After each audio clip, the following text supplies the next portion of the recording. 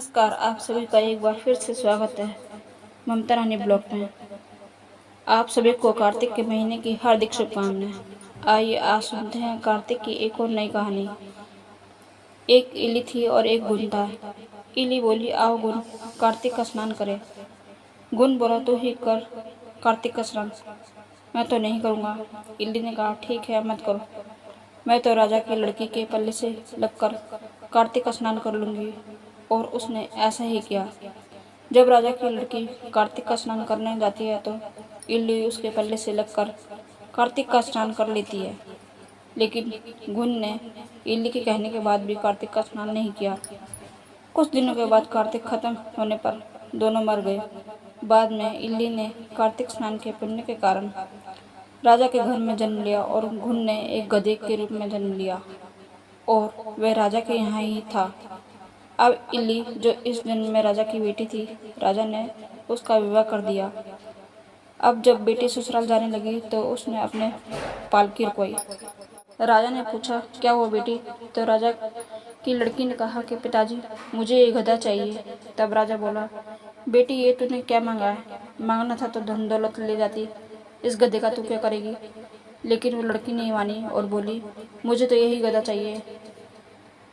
फिर गधे को रथ के पीछे बांध दिया और महल में पहुंचने के बाद गधे को महल के नीचे बांध दिया।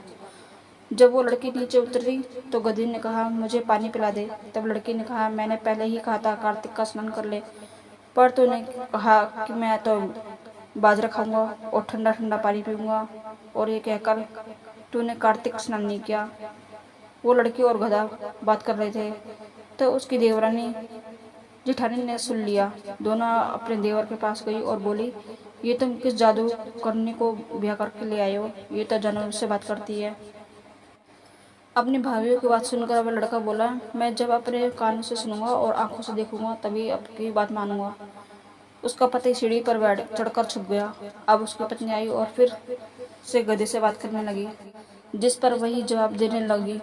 ये सब सुनकर राजकुमार ने तलवार निकाल ली और उसके सामने आ गया और बोला, तुम जानवरों से कैसे बात कर सकती हो? बताओ, तुम कौन हो? अब उसकी पत्नी ने कहा, मैं नहीं बता सकती। औरत को भेद नहीं खुलना चाहिए, लेकिन वो नहीं माना और बोला, मैं सब कुछ जानना चाहता हूँ। राजकुमार की जीत के आगे उसकी पत्नी हार गई और उसके पीछे जन्म की सारी कहानी बताई। फिर पिछले जन्म में इल्ली थी और ये गधा घुन था। उसने कहा, मैंने इसे कार्तिक नहाने को कहा था, लेकिन इसने मना कर दिया, जिसके परिणाम स्वरूप ये इस जन्म में गधा बना और मैं राजकुमारी बन गई। कार्तिक स्नान कर लेती तो इस वजह से मैं राजा के घर में राजकुमारी के रूप में पैदा हुई और मैं इससे पिछले जन्म की बात कर रही थी। सारी बात सुनकर राजकुमार बोला, क्या कार्तिक स्नान करने का इतना पुण्य मिलता है कि एक इल्ली राजकुमारी बनकर पैदा हुई और उससे क्या हुआ? बहुत पुण्य मिलता है। अपनी पत्नी की सारी बातें सुनकर राजकुमार ने कहा कि यदि कार्तिक स्नान का इतना पुण्य मिलता है तो हम दोनों भी जोड़े से कार्तिक स्नान करेंगे और दान पुण्य भी करेंगे। आने वाले समय में हम सब सुख पूर्वक रहेंगे। तब उन दोनों ने जोड़ों से कार्तिक स्नान किया और उसके परिणाम स्वरूप उनका आगे के जन्म में और सुख मिला।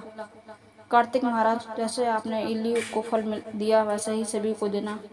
कहानी कहने वाले, सुनने वाले, हुंकारा भरने वाले सभी पर अपनी कृपा दृष्टि बनाए रखना। कार्तिक नहाने की कहानी आपको ये कैसी लगी, कमेंट में ज़रूर बताएं। साथ ही मेरे चैनल को सब्सक्राइब करें।